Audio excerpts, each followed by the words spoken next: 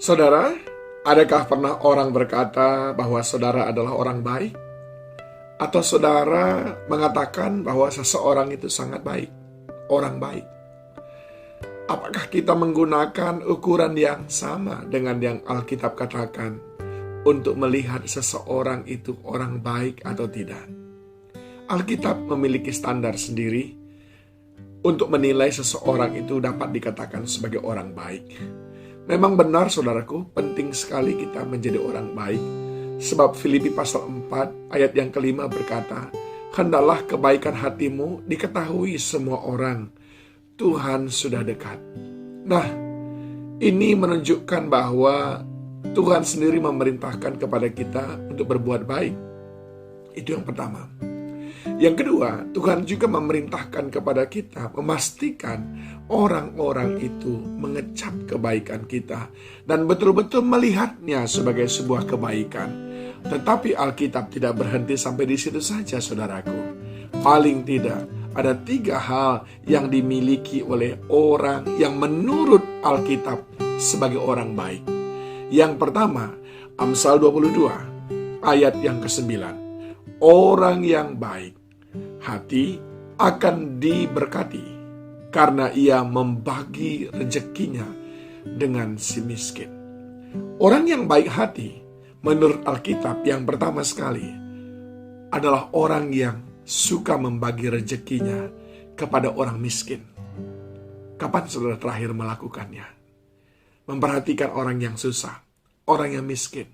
Bukankah Tuhan berkata di dalam kitab Amsal, mereka yang berbuat baik kepada orang miskin, mereka itu memiutangi Tuhan. Itu sebabnya Tuhan akan memberkatinya. Itulah ciri orang baik yang pertama. Suka memberkati, murah hati, suka menolong orang lain, tidak pelit, tidak menahan-nahan berkat, tidak sedikit-sedikit lari ketika ada sebuah himbauan untuk saling menolong, saling memberkati. Nah, kita bersyukur kalau kita diberikan Tuhan rezeki. Sebagian daripada rezeki kita itu milik orang lain yang Tuhan titipkan lewat kita. Dan kalau kita melakukan itu, disitulah Tuhan mengenal kita sebagai orang baik. Orang baik yang kedua menurut Alkitab adalah cirinya itu mereka suka merenungkan firman Tuhan. Ini sepertinya sesuatu yang agak baru bagi kita. Mengapa? Karena tidak ada hubungannya sama sekali dengan memberi. Tetapi ini hubungannya dengan bagaimana kita di hadapan Tuhan. Bagaimana komitmen kita mendengarkan pengajaran dan perintah Tuhan. Ternyata di sana pun merupakan indikasi apakah kita orang baik atau tidak. Dikatakan di dalam Kisah Para Rasul, dan di sini dikatakan di ayat yang ke-11, orang-orang Yahudi di kota itu lebih baik hatinya daripada orang-orang Yahudi di Tesalonika, karena mereka menerima firman itu dengan segala kerelaan hati, dan setiap hari mereka menyelidiki kitab suci untuk mengetahui apakah semuanya itu benar demikian. Engkau baik di mata Tuhan kalau engkau suka merenungkan firman Tuhan. Engkau belum tentu baik di mata Tuhan kalau engkau suka kesana kemari mencari rezeki, lalu engkau bisa menghidupi keluargamu.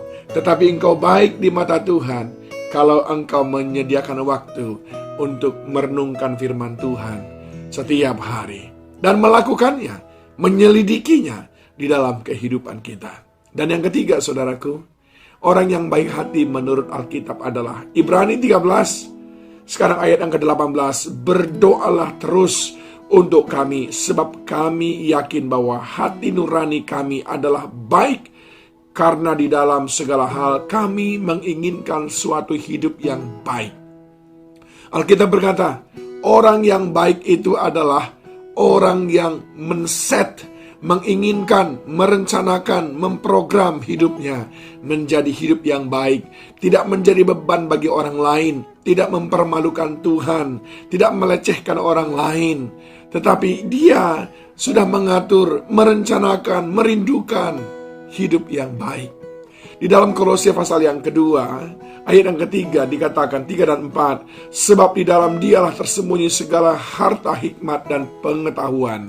Hal ini kukatakan supaya jangan ada yang memperdayakan kamu yang dengan kata-kata yang indah. Ayat yang kelima, sebab meskipun aku sendiri tidak ada di antara kamu, tetapi dalam roh aku bersama-sama dengan kamu, dan aku melihat dengan sukacita tertib hidupmu dan keteguhan imanmu dalam Kristus. Orang yang baik itu adalah orang yang hidupnya baik. Hidup baik itu adalah hidupnya tertib. Tidak ngutang sana sini lalu tidak dibayar. Tidak melukai di sana sini lalu tidak pernah minta maaf. Adakah saudara memiliki hidup yang baik? Menginginkan hidup yang baik? 3 ciri yang dikatakan oleh Alkitab. Orang yang baik hatinya. Yang pertama, suka membagi rezeki bagi orang lain. Yang kedua, suka merenungkan firman Tuhan. Yang ketiga, suka memiliki hidup yang baik, yaitu tidak menjadi beban bagi orang lain dan tidak mempermalukan Tuhan. Ayo kita berusaha memiliki hidup yang baik di mata Tuhan. Tuhan Yesus menolong kita.